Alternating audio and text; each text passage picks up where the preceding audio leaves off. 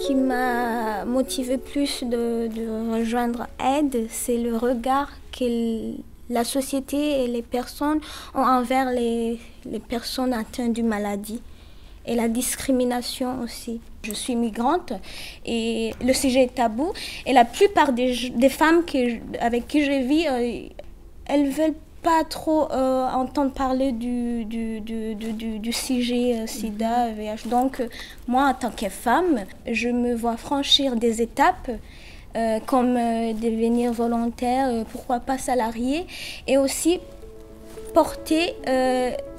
parler et porter les revendications des femmes qui ne peuvent pas parler pour elles-mêmes.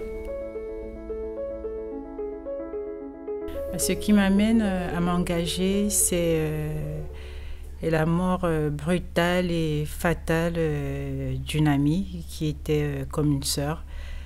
Ça faisait pas longtemps que j'avais vu le 1er décembre à la télé. Et je lui dis, tiens, est-ce que dans tes examens, tu as fait le test du VIH? Elle me dit, tellement mon mari est volage, j'aimerais pas le faire parce que je pense que si je le fais, j'aurai les surprises désagréables. Je lui ai dit, mais vas-y, lance-toi, au moins tu sauras. Et elle allait faire le test. Et j'étais la première personne à qui elle a dit qu'elle est séropositive.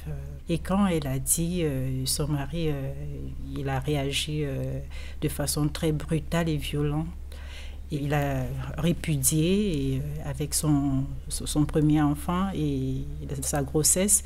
Elle s'est retrouvée dans sa famille au village. La famille n'a pas voulu porter cette honte qu'on lui a dit que pour le bien de tous, qu'il était mieux qu'elle se suicide. Et on lui a donné une corde.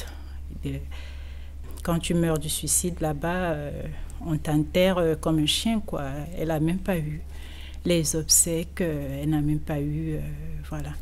Donc depuis, je porte ça en moi. Et c'est pour ça que j'aimerais m'engager, puiser la force dans cette grosse perte-là pour pouvoir porter le combat, pour pouvoir impacter positivement les consciences et voilà, qu'enfin cessent les clichés, qu'enfin cesse le rejet, et, le mépris et l'isolation. J'ai plutôt connu Aide quand je suis arrivée à Paris, j'en avais entendu parler, mais j'ai rencontré des militantes et des militants dans des actions de mobilisation, des manifestations autour de l'accès aux droits des personnes migrantes, des gays, des personnes trans. Moi, ce que je ressens quand même, c'est que dans Aide, à la fois, il y a des femmes mobilisées, il y a des femmes militantes à tous les niveaux. En même temps, à plein d'endroits, et c'est mon cas, on se retrouve vite en minorité. Et les enjeux des femmes, du coup, passent un peu derrière d'autres, sont un peu oubliés, on doit un peu se battre plus pour les faire entendre, pour les faire passer. Moi, ce dont j'ai envie, mais c'est pas ce dont j'ai envie, c'est ce qui va se passer, c'est qu'il y a une mobilisation des femmes dans Aide qui est en train de grandir, qui est de plus en plus visible et qui est incontournable. Et je pense que Aide va devoir réellement intégrer cette mobilisation, va devoir faire avec cette énergie collective qui est très très puissante et qui va continuer.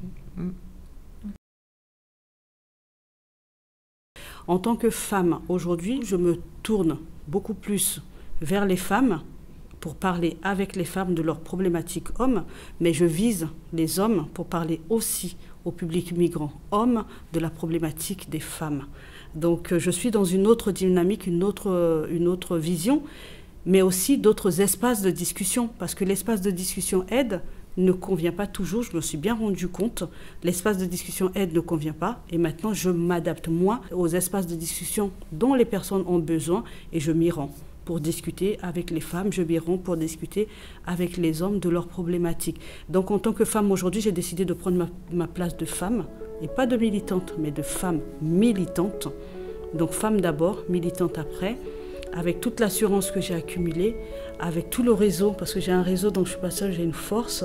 Donc je me sens soutenue et forte aujourd'hui pour me dire, voilà, j'ai pas peur, donc je vais y aller.